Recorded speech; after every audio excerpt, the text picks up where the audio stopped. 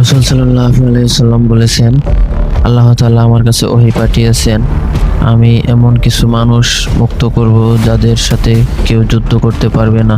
তারা হলো ইয়াজুজ ও মাজুজ। তারা প্রতিদিন প্রাচীর খনন করে যতক্ষণ না প্রায় প্রাচীর ভেদ করে ফেলে, কিন্তু সন্ধ্যায় যখন ফিরে যায় তখন আল্লাহ তাআলা তা আবার আগের মতোই করে দেন, যতদিন পর্যন্ত না তারা বলবে আমরা আগামীকাল করব ইনশাআল্লাহ, এই প্রাচীর ভেদ করব। তখন তারা ফিরে এসে দেখবে প্রাচীর আগের মতোই বন্ধ হয়নি। এরপর তারা সেটি ভেদ করে বেরিয়ে আসবে পৃথিবীতে। তারা সর্বত্র ছড়িয়ে পড়বে, মানুষ হত্যা করবে, নদী ও সমুদ্রের পানি শুকিয়ে ফেলবে। তারা বলবে আমরা পৃথিবীর মানুষ শেষ করেছি, এখন আমরা আকাশের মানুষ শেষ করব।